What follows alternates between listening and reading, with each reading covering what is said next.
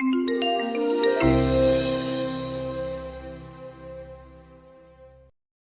great to have Steve here. I don't know if you've had a chance to look at the book yet, but it's a splendid book, which we're going to talk about for the next 45 minutes or so. I was just trying to sort of work out what kind of a book it is. It's not quite a coffee table book. I think it's more sort of downstairs toilet book. And if you're not from Britain, you might not understand the concept of the downstairs toilet book. But it's got some great examples and some great pictures of protests and mischievous protests down the age. So that's the cover. Steve, tell us what's going on there and really what the idea behind the book was. Yes, so the cover, which I was so happy because it goes exactly with the title that we'd already chosen of Street Spirit. And that happens to be from Germany, from Rostock in Germany, a meeting of the G8 governments coming together, and people were protesting, and often the protesting is kind of, it is what it is. But this element of mischief, people dressing up as clowns, and here's something really serious going on, the people with, looking really, and the clowns are just making a little bit of a mischievous element to that, and if you like, just parodying as they go along. Now, as it happens, that is in with a, in functioning democracy, and there was nothing really that bad that was going on at that time. But exactly that kind of mischief and creative mischief is what we see in authoritarian and repressive places around the world, and with incredible impact quite often. Yeah, I mean, just reading the book, it kind of struck me that what you're really talking about is postmodern protesting, isn't it? In some cases, literally sort of postmodern protesting, but it's sort of looking at the dynamics of a protest, how authorities respond to the protest, and then how people respond to the response, and it's very fascinating, I think. I guess that's right. I mean, one of the things that is so interesting is that clearly protest, if there's lots of people, that's going to be a more effective protest than there are fewer people. But one of the things that's interested me so much over the years is that little bit of the quirkiness draws more people in because they just feel more engaged what's happening. And also, again and again, you notice that regimes have zero sense of humor. I mean, that's always the case. And so when you're mocking them, they're always like on the back foot, if you like. And that's been really interesting to see also. Yeah, now, we've got a few pictures from the book, and Christina, our human clicker at the back here, is going to click through. But you obviously kicked off at the Independent during the extraordinary period of the fall of the Berlin Wall, and were a great chronicler of that. And this is kind of, I suppose, a very early example of what we're talking about, which is from Poland. Talk us through what happened here. Yeah. So Poland is a country very dear to my own heart, and it's kind of what I saw there and lived through kind of shaped my understanding of the world in many ways. I happened to be living there in 1980. I'd been studying theatre and was teaching English there when this incredible organisation Solidarity began. Mass strikes in the north and across the country, in Gdansk and the ports and across the country, which demanded new freedoms. And it was kind of for an independent trade union. That's how it was billed, that's how they billed themselves. But actually, it kind of was like an informal opposition. And it seemed impossible, utterly unthinkable that could be achievable in the context of the Cold War at that time, divided Europe. This was Moscow-dominated Soviet bloc. Nothing could happen. And all the Western commentators said, this isn't going anywhere. Like, you can't do this. The Russians won't allow it. And the courage and the imagination of the Poles, actually, they achieved Solidarity's legalization. And I was living through that time, watched the live TV broadcast when it happened. It was like, wow, like, how did that happen? The following year, Solidarity was banned, tanks went on the streets, and everyone said, yeah, exactly, we told you that wasn't going to go anywhere anyway. But actually, the real story is how Poles said, no, actually, it will. So the picture that we're seeing there is one of my favourite ones. There was martial law was introduced, the tanks went on the streets, and as in so many places, people of course were painting political graffiti onto the wall and were saying, long live Solidarity, that kind of stuff. And again, as happens so often, the police or the authorities come along and wipe it out. Yeah. So you had all these blank spaces all around, and this wonderful group called the Orange Alternative, a kind of surrealist protest group, if you like, really, action group. What they came along and they painted gnomes or dwarfs. It's the same word in Polish for like Snow White and the Seven Dwarfs. It's that concept. People wearing little red hats. And they would paint these things onto the walls, and the gnomes became like, we want the gnomes, freedom for the gnomes. The authorities had no idea what to do of how to confront this. So freedom for gnomes became a slogan. So instead of saying freedom for solidarity, no freedom without solidarity was the chant. They started saying no freedom without gnomes. The authorities arrest people. There was one great thing where the police were heard to be messaging each other saying, arrest all the gnomes, arrest all the gnomes, because everyone had turned up with their red hats. And you can say, okay, it's just a little story, but the thing was, lots and lots of little stories like that led to the fact that Poland was the very first place that kind of broke open the Soviet bloc, if you like. They got a non-communist government already in August 1989, which was before the Berlin Wall had come down. And I always say it was the gnomes who kind of helped make that happen. And did they paint out the gnomes, or did they let the gnomes? Of course. They then repainted out the gnomes, but instead of having "We Demand Solidarity" painted back on, the gnome that was painted out would then be repainted with a gnome. The authorities knew, they couldn't quite know why, but they knew that these gnomes were not good in some way. And this comes across again and again in the book. There was Red Riding Hood also at one point became something. Right. They're like, oh, Red Riding Hood, they found later the secret police files which said we're very worried about this Red Riding Hood group. It comes across again and again. The authorities not quite knowing absolutely what to do. And just completely each time you have the humour, the authorities go like, oh, we know this is mocking us, but we don't know quite what to do. Yeah, that's great. Yeah. And actually, there's some extraordinary examples of completely flipping it on its head. So governments got, this is Belarus, wasn't it, where the government got annoyed about people applauding, because people started applauding in protest. So actually doing something saying, I love the authorities. That's right. The authorities go, we don't want your love because that's embarrassing to us. They knew it can't be true. Like when you're clapping us, so what happened? Yes, you have Alexander Lukashenko. Belarus, sometimes described as the last dictatorship in Europe. I mean, a very authoritarian regime there, which really doesn't permit protest in any sense. Very, very difficult society to give voice, if you like. And so, as you say, people started doing it ironically, like, okay, well, we love our president. And people would stand up it happened on a weekly basis, and they would start clapping. And it's like, yeah, but you're not really clapping, so we're going to arrest you for clapping. That got to the ludicrousness that one guy who was actually one-armed also got, arrested for clapping. And they forbade people to do any of these things. And the people, of course, normally repressive leaders, adore to be applauded. So Soviet papers, when I was living there as a student in the old days, there'd be long things, bracketed things saying, stormy applause, very stormy applause, which becomes an ovation. They adore this stuff, just like in North Korea today, if you like. But the fact that people were doing it and they knew it was ironic, it was like, well, if they want to do it, then we definitely don't want them to do it. That was the kind of logic that came through. Great. And then the next picture, and this is, again, an early example of thumbing the nose at the authorities. But this is Leipzig, I think, early on. That's right. In yeah, I mean, this was less, there was less mischief, if you like, but here there was just pure courage and incredible, we're talking about kind of moments that have formed my life. This evening, the evening when this picture was taken, the 9th of October 1989, one of the most moving and extraordinary evenings of my life. And the reason it was so extraordinary was because absolutely nothing happened. And I'll describe what that means. Was that this was a few months after Poland had already broken through, as described. They had a non-communist prime minister. Again, kind of as unthinkable as having one in North Korea today would be. I mean, it just changed everything. And it all started before Mikhail Gorbachev arrived, not after.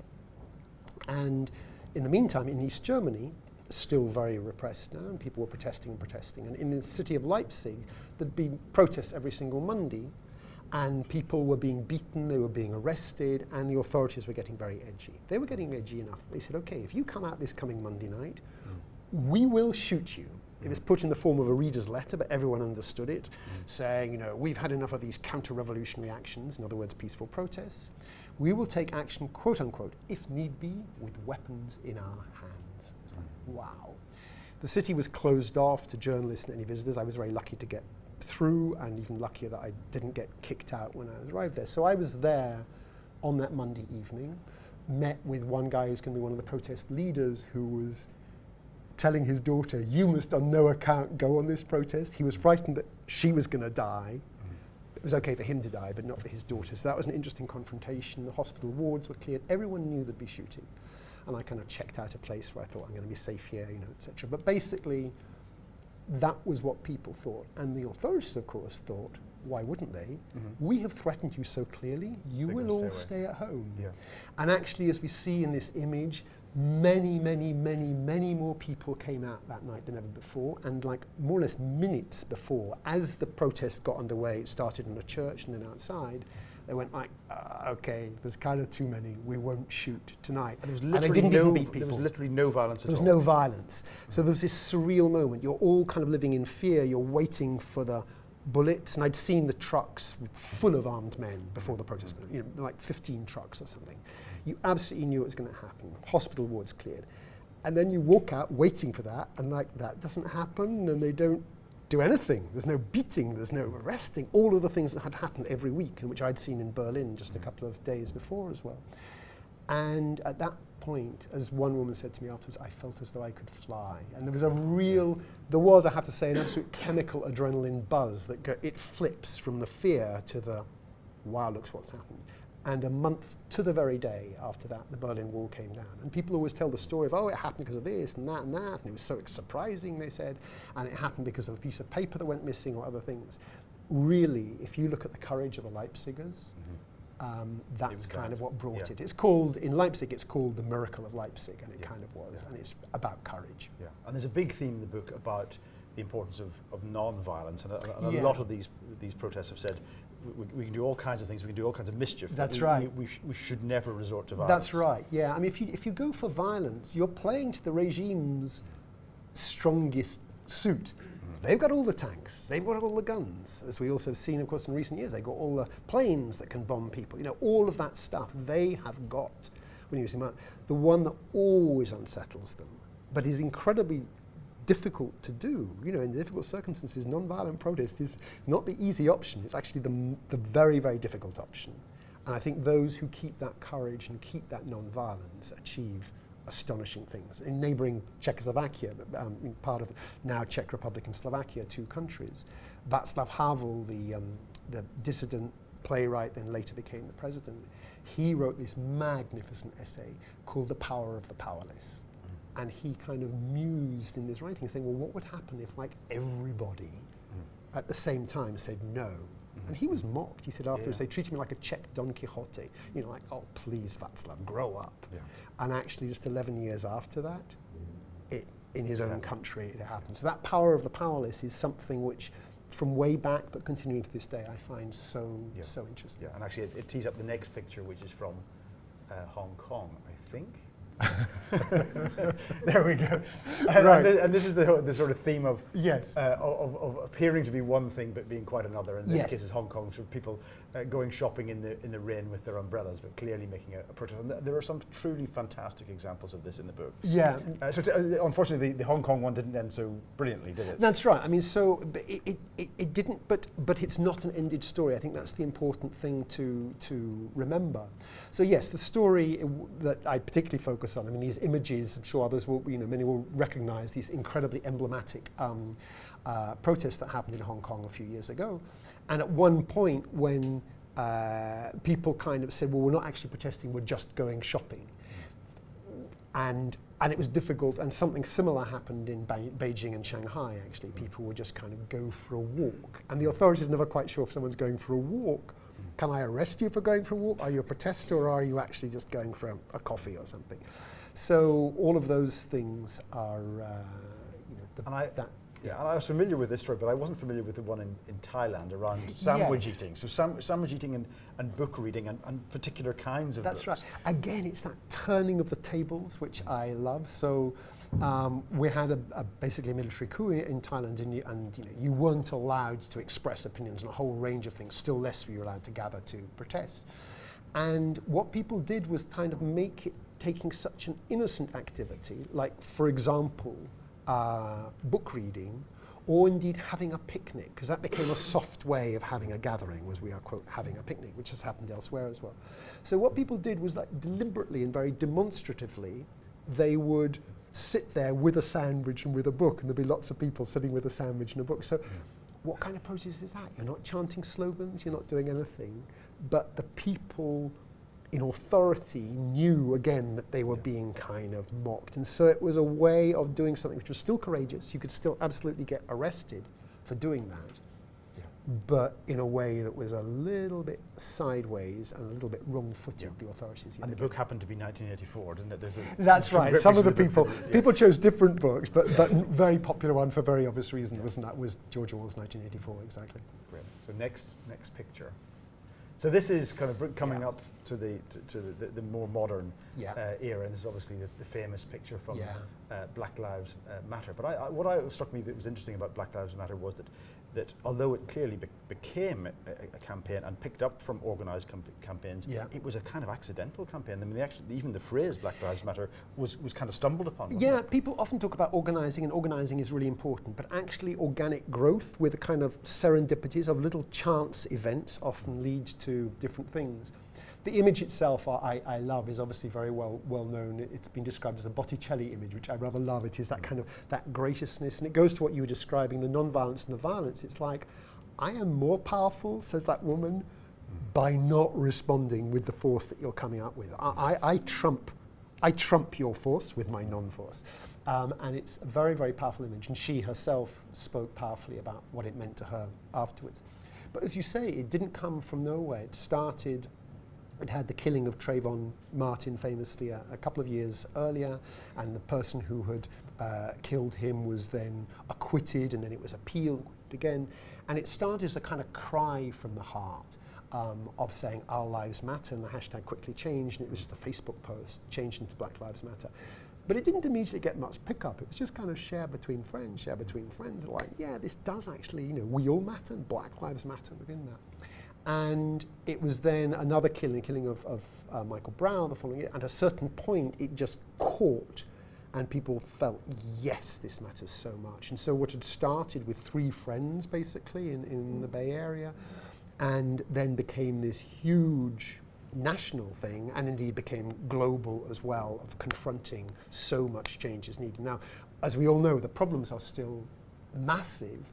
But even within that, it's been really interesting to see there have already been Black Lives Matter victories, if you like, of chiefs of police being replaced, elected out where they weren't expected to, where it's like, we do need to do something about that. Yeah. Clearly, it's a massive problem.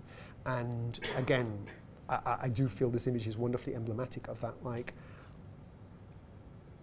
all I'm doing is asking for rights. I will stand here until those basic rights are there, and basic justice, if you like. There it's about justice, about people put at its crudest level not being killed for the colour of their skin, and that's how bad it is in what should be a functioning democracy today.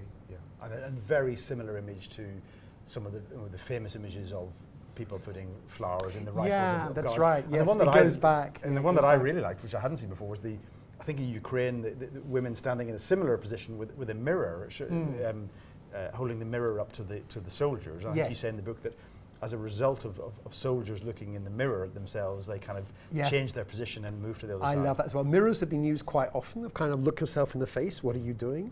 And that was lovely. You had both young and young women and much older, grandmothers as well, standing there, and you could see the riot police was there, again, really muscly guys, very much like the American image in a sense, ready to do anything, and they had killed people, and they would kill people again during those protests in the Ukraine a few years ago, and the discomfort of the people. I don't want to look into that mirror because you're my sister, my girlfriend, my mother, my grandmother, like, don't give me. And that was really interesting, that when the president then finally gave way at the end of those protests, the final trigger, a couple of weeks after these particular protests, the final trigger was the fact that the police had kind of moved away from him. And then at that point it was game over. So again, you can see the smallest of connections between this very peaceful but extremely courageous image. Of course those women were taking considerable risks, and a large number of people had already been killed and more would be. So it wasn't like, oh, let's go and carry a mirror. That was a really dangerous and brave thing to do. Yeah. Now that was a sort of organic protest, but a lot of them are actually PR stunts, or there's not a great deal of difference between a PR campaign or stunt and a bit of street spirit mischief making. So I mean, your organisation, Amnesty International, have obviously had a hand in many of these down the years, and there's some good examples in the book. The one I liked in particular was Darth Vader going to buy weapons. Was it Darth Vader and the Joker turned up at weapons manufacturers and said, well, why can't I have That's right. a weapon? You sell them to other bad people, why so not me? they turn up in the limousine with the darkened glass, and so the chauffeur gets out, and am I in the right place to buy weapons? Yeah, you're in the right place. Good, because le patron, the boss, needs to go. Then the boss gets out and turns out to be Darth Vader.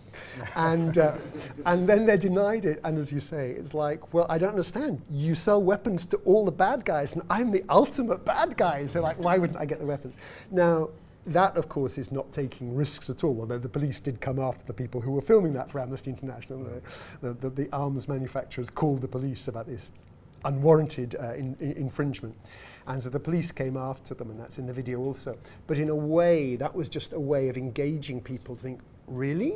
So is my country and the arms manufacturers of my country, they're selling weapons over there? We need to have international law stopping that. And it all contributed to an international arms trade treaty that now exists and makes it illegal, basically, to sell weapons to people who are going to do bad things with them. It still goes on, of course. So, I mean, we haven't got to the end of the story, to put it mildly, as we're seeing in Yemen and Syria and so many other places. But the fact of those laws being put in place, so, you know, Darth Vader helped create a safer world, that's what I reckon. And can you say a little bit about how Amnesty thinks about that kind of campaign? Where does a campaign like that come from? Well, I guess Amnesty International is a movement of millions of people around the world who, members and supporters, who have that sense that human rights do matter, and matter for all of us. You know, that's kind of what keeps us safe, actually, in the biggest sense. Either your own human rights, but especially thinking about others as well.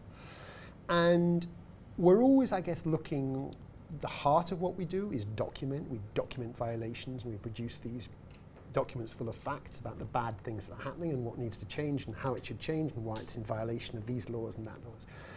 But what you want to do, of course, is to engage people at the same time. And so videos like the one you described with Darth Vader, or many of the other things that we're doing, we're constantly seeking, like, how can we easily make people understand, and not just understand, because that sounds too patronizing, because they may understand it, but like, emotionally want to become engaged on something.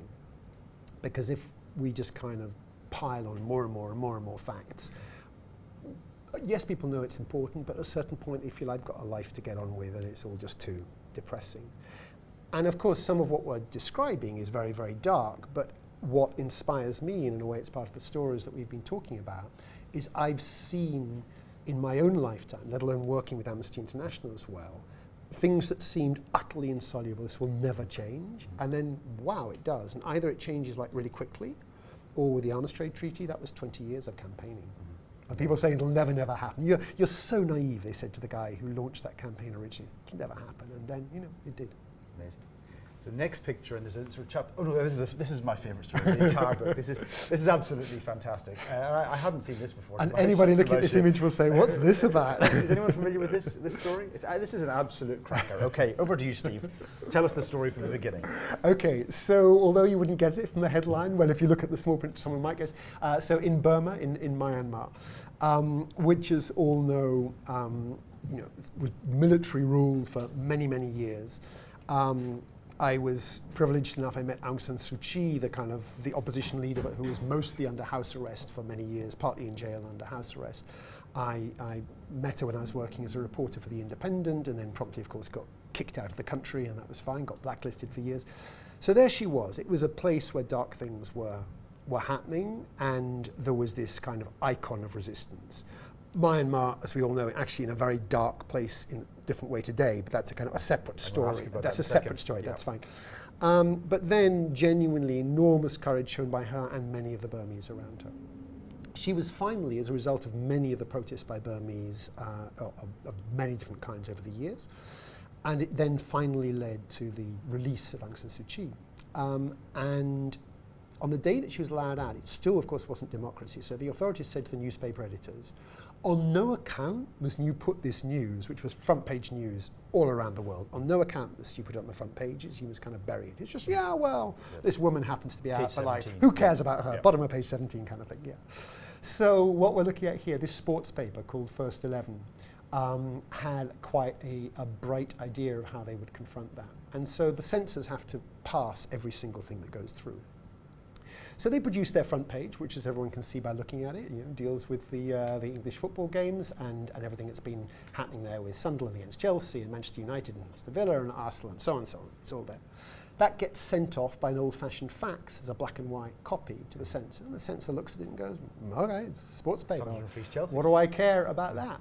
But when it actually came out on the kiosks the following day, which obviously was in the colour version. The colour version. There was the version which did not make the censors happy at all, but did make readers think, wow. So there we can see Suu, meaning Aung San Suu Kyi, is now free, and we must therefore unite and advance to grab the hope. The paper instantly sold out. The authorities, of course, were furious. They banned the paper. As far as I remember, they locked up the editor briefly and the paper was banned. But the paper didn't mind. They knew that act of mischief and defiance was bound to end up with them being punished. But it was their way of one in the eye. And so that meant, basically, if you like, the resistance that was continuing. And that became a collector's item, getting hold of that copy. And then many, many positive changes came in the years after that. Now, bad things are happening, but those positive changes, I think we shouldn't forget. Yeah. Well, let me ask you about that. Yeah. Where do you stand now on Aung San Suu Kyi? Because a lot of people, Bob Geldof and so on, handing back their honours and so on. It's where do really you think you should stand on that? Deeply conflicted is the short answer. Having met her and admired her, I was then also privileged to meet her when she came to Oslo to receive the Nobel Peace Prize. Re-met her at that time, and she came from Amnesty International to receive the Ambassador of Conscience award that we gave. So, such an admirer. She was her courage was so important. And now we're seeing somebody who is failing to speak out. It's sad is too soft a word. I'm hesitating over the word criminal, but it should not be happening. She is the woman who understands integrity. She is not showing the integrity. So the crimes against humanity that we are seeing in Myanmar against the Rohingya minority there, truly, truly terrible. Amnesty International recently published a report which was going back 2 years, we were researching it for 2 years, defining it as apartheid, the way that Rohingya have already been treated. We do not use that word lightly. I mean, that went through many, many levels. That's what we are seeing. That was the kind of context. And she has such a powerful, important voice, and yet won't do it. And even if the Pope goes to Myanmar, he is in effect told on no account must you use this word. The Pope who speaks out on so many themes, but even using the word Rohingya, the Myanmar authorities say we don't want that to happen. So that's a very sad place. And above all, it's not good for Myanmar. It's not good for the minority. Indeed, there are other minorities who've been persecuted there also. But that's not good for the health of a society in general. And it's saddening and it's appalling. Yeah. Okay. Couple more pictures and stories to tell. And this is the sort of role of art in all of this. And Ai Weiwei, of course, who writes the foreword for the book, is one of the great exponents of this. So this is porcelain crabs. Tell us about that. Yes, the river crab. So all of this stuff, it happens in quite a lot of countries, but actually the Chinese are like masters at this, of the wordplay. Wordplays are used constantly by Chinese for that sense of, I seem to be saying one word, but actually I'm kind of meaning a different one. So Ai Weiwei, the artist, is so privileged that he agreed to write the foreword because he has exactly that spirit of kind of courageous mischief in so much of his work. And he was having difficulty with the authorities a few years ago, and they were demolishing his studio, and he organized a banquet to kind of celebrate the demolition. So again, he kind of turned the tables on the authorities a little bit. People gathered, and what did they serve at the banquet? They served river crabs, which is a Chinese delicacy. But the important point of the river crabs is that the word sounds almost identical to the Chinese word for harmonization, and harmonization in turn is the official, the kind of propaganda word, which basically means censorship. We will all be harmonized. None of this edgy stuff. We'll be harmonized. And so everyone knew exactly what that meant, and they loved eating the river crabs. And somebody who was there said, "Are they going to ban us eating river crabs now?" Which is our tradition. And so the artwork by Ai Weiwei, the porcelain river crabs, I guess that many people who may have seen that in exhibitions in London and around the world, if you might walk past it and just think, oh, that's kind of interesting. But actually, it contains in it that defiance of censorship in this very oblique kind of way. But, instead of that middle finger gesture, which of course he's also familiar with in different, but this is a very oblique way of saying the same thing. I will not be muzzled, and in fact here are thousands of river crabs because no, I and we are not going to stay silent. No, it's extremely impressive. And I think the next picture is Ai Weiwei. Yeah, that was when he was in the lift, wasn't it? That's right. And again, there he is. He just doesn't stop. So he'd been arrested. He was speaking out on behalf of people who'd suffered very badly, and the authorities had failed so miserably in connection with an earthquake that had happened. The authorities were so unhappy, they dragged him out of his bed and they beat him at that time. And he actually, after this photo was taken, he had to be hospitalized, and there was some quite serious very serious head injuries.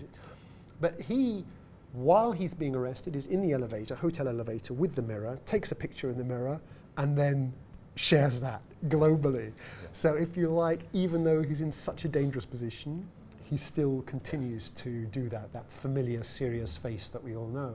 And it's like, okay, you're doing this to me, and boom, this is what I'm doing to you. And I love the quote, which is, never retreat, retweet. Isn't it glorious? It's glorious. It's glorious. Yes, it's very nice. Yeah. Good, and I think our final picture was again from China. Yeah. And this is doctoring the archive, which is sort of hilarious, but serious at the same time. Yeah, exactly. I mean, again, it's the kind of mischief. Of course, incredibly serious, the meaning of this. So everybody will recognize the photograph that this is originally taken from, which is this unbelievable courage of a man just with some shopping bags standing in front of the tanks on Tiananmen Square after the main massacre had happened, but when killing was still continuing at that time. It's the picture of the Tiananmen Square massacre of 1989 that everyone knows and remembers.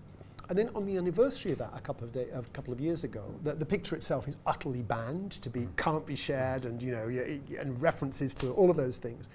So people tweaked the photo and put the yellow ducks in, which was in itself a reference to some other stuff that was going on with yellow ducks at that time. That means something else? No, actually, it was to do with an art exhibition. There'd been some giant ones in Hong Kong, and so took these.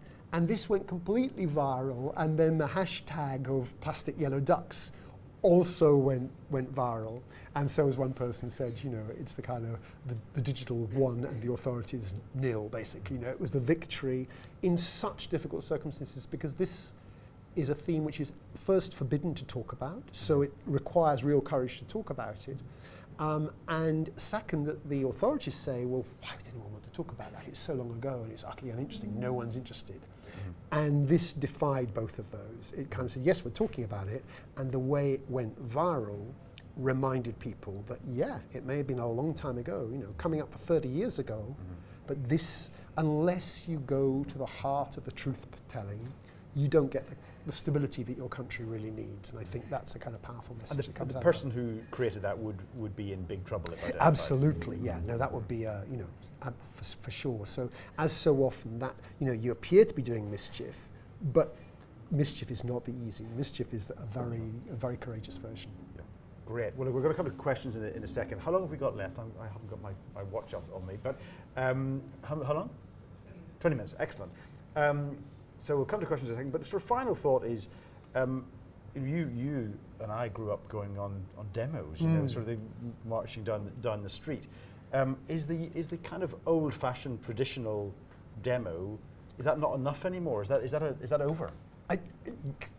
Obviously, it remains really important. I mean, the funny thing is, when I was writing this book in 2016, and I was thinking, does anyone except me really care about protest? At that point, it felt as though it was a slightly esoteric theme that I cared about a lot, and I thought there were lots of nice stories to tell. And then, this guy with the weird hair gets elected president in the United States, overturning all expectations. And as we all know, protest became very, very big. And of course, with mischief as well. I mean, the women's protest that kicked off the inauguration of Donald Trump back in January 2017. But many other protests, including in the United Kingdom as well. We've seen vast protests on a range of themes, partly against Trump, on the Brexit issue, but many other things. So I think those things are definitely there. What's interesting, and I think that sense that we can make a difference, I would like to think people believe, although I read an interestingly large number of pieces that say, the age of protest is dead. Mm-hmm. And so sometimes it has an extraordinary effect, and then sometimes you see a huge build-up and nothing happens. And that's the point, is that often you can't tell. And what's really interesting is often the things, you could have said in Burma a few years ago, and people did. Say, they're very brave and all that, but none of that's going to change anything. And it ended up changing big things. Within a democracy, there's a kind of paradox. It's, of course, much easier to protest. You're taking fewer risks. But in a sense, the people you're protesting against are more comfortable. So there's a Polish poem that I'm very fond of called Those Men So Powerful, and whose punchline at the end, it's all about the people who have all the power over you. In the end, it is they who are afraid the most. That poem was written before even solidarity that I was describing existed. That was written back in the 1970s. So it was a declaration of hope, not certainty. But he was proved exactly right, that the unelected leaders fundamentally live in fear, because they know they kind of shouldn't be there. Elected leaders, even if they're doing really bad things, and that's not just in the United States, that's in Turkey, that's in Philippines, that's in Poland, there's a whole bunch of places, they feel much more comfortable. So in those circumstances, it's much harder to make the impact, because as we've seen from the tweeter-in-chief in Washington, it just kind of like knocks back. But actually, I think it's important to think, because you don't see an impact today, tomorrow, the next day, that doesn't mean that it hasn't having an impact. At a certain point, there are others who go enough already, and at a certain point, a leader, I think, governments are forced to make change. So we definitely shouldn't sit at home. I would definitely say exactly. that. When things anger us, we need to get out there. So the message of the book really is even small acts of subversion are well worthwhile. Exactly, and don't believe that the book is littered with quotes from people who said, oh, grow up. It's very sweet that you think this can make a difference. It totally won't make a difference. And in one case, the Soviet coup in August 1991, there was a columnist who I quote said, I don't know why they're even bothering, because obviously it's never going to succeed. He wrote that it appeared in print on a Wednesday morning. By Wednesday afternoon, because of the courage of tens of thousands in Moscow and hundreds of thousands around the country, the coup had collapsed. He never, of course, admitted that, but that's that sense of don't listen to people who say nothing will happen. It might not happen immediately, but things do create change. Brilliant. Great. Questions for Steve? Can you perhaps talk about some of the work that you're doing around kind of refugees and basically, getting the society kind of feel more charitable, to people in need. Yeah. And, is I guess in human nature and natural politics, it's very easy to go, English jobs or English people or all that kind of very nativism. How do you see us fighting that? What is the message of inclusion that we should put out? Yeah. Thank you so much. I always love Q&A so much because it always asks you the questions that you actually wanted to answer, but never quite fit in. Refugees is something that I've been working on, especially recently, but my organisation, Amnesty International, of course, like many others, is working very much on that. And you rightly describe, certainly in Europe, but actually around the world, these kind of toxic narratives that we want our country back, we don't want them. That, of course, echoes things that we've seen over the years as well. I mean, again, just to take this country and this continent, looking at the 1930s, the parallels of people trying to flee Nazism and the pushback are kind of staggering and depressing. And describing Syrians as the problem when they're actually fleeing these horrific things. It's so offensive on every level. But one of the things is you can't just preach at people, because if people are feeling insecure, and if you've got people who are feeding them narratives about why this is dangerous and bad, and if there's a danger of being, and of course the danger of terrorism we all see is there, people are being blown up, so you've got a climate of fear potentially which can be stoked.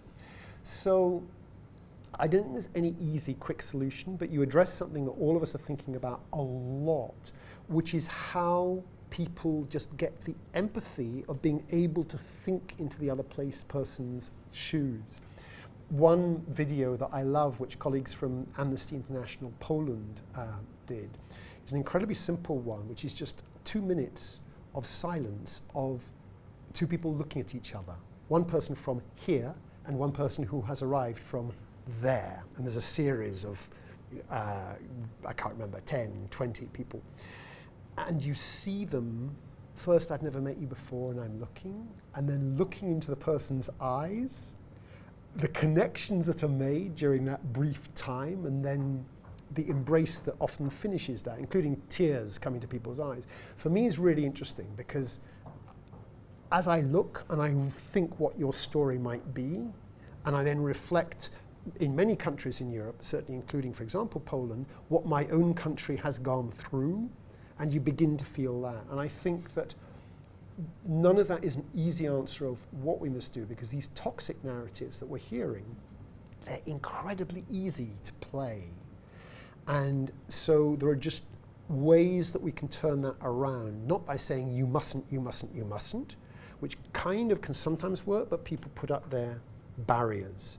And it's right to say this is against the law and this is your obligation, all of which is absolutely true. The UN Refugee Convention is so clear, and what the European Union has failed to do, it puts up more barriers instead of allowing in. All of that is true, but we kind of need people to feel that empathy. And people are not bad as such, of course. You know, we know that from our own neighbours and friends and colleagues. But creating that empathy, I think, is so important. Next question. Hi there, that was really, really interesting. I just wanted to sort of ask your perspective from Amnesty International's perspective on the events that's taking place in Zimbabwe. And it always occurred to me that, and this is probably my naivety of what kind of protest movement was going on there, and was there a protest movement that sort of led the dethroning of Mugabe and ushering in potentially this new era? Yeah, Zimbabwe is a very good example of like nothing will change. And the way that the changes have happened is a kind of complex one as well. And to be blunt, I am expecting, without particular knowledge, but that Amnesty International will probably be publishing reports about difficult things still going on. You know, we haven't reached the green sunny uplands, I don't think, yet. But just to welcome in the short sense that, you know, one set of really bad things has finished. So to answer your question, yeah, I mean, civil society has been really strong there. The danger of raising your voice has been huge. People have suffered very greatly. And I massively admire the Zimbabweans, of whom there have been many, who have dared to put their heads above the parapet. And indeed have written before now. There have been some quite nice mischievous things with theatre production. I mean, all sorts of things that they have done in different ways and different connections. One of the things I was actually really honoured with this book, with Street Spirit, is a group before the fall of Robert Mugabe, who'd been there forever and ever, but they got in touch saying, could they do a graphic novel version? They were already using the stories of Street Spirit because they found them fun to play with, thinking, oh, maybe we could use some of those ideas. And I don't know if it's going to happen yet, but there was discussion of doing a graphic novel version, which I would be so happy for. In other words, the stories seek to be accessible in any case, with pictures, but graphic novel obviously is an incredibly powerful way.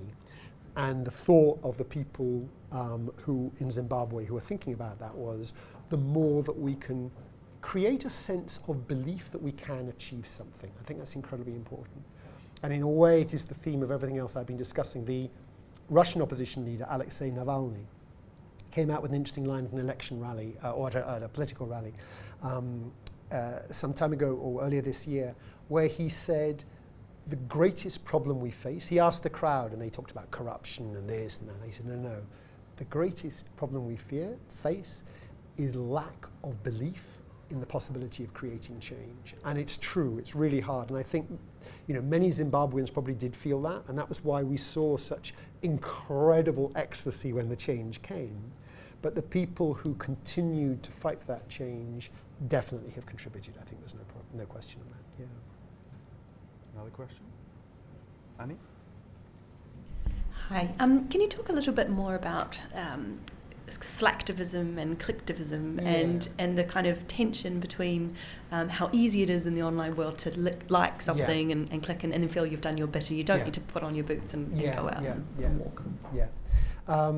Yeah, another important question, and it gives me the excuse, talking of newly coined words, to mention laughtivism, which is a different category, but which I love, which is coined by a Serb activist, Srđan Popović, who wrote a book called Blueprint for Revolution. He talks about laughtivism, which in a sense is the theme we've been talking about today, of mischief and activism put together.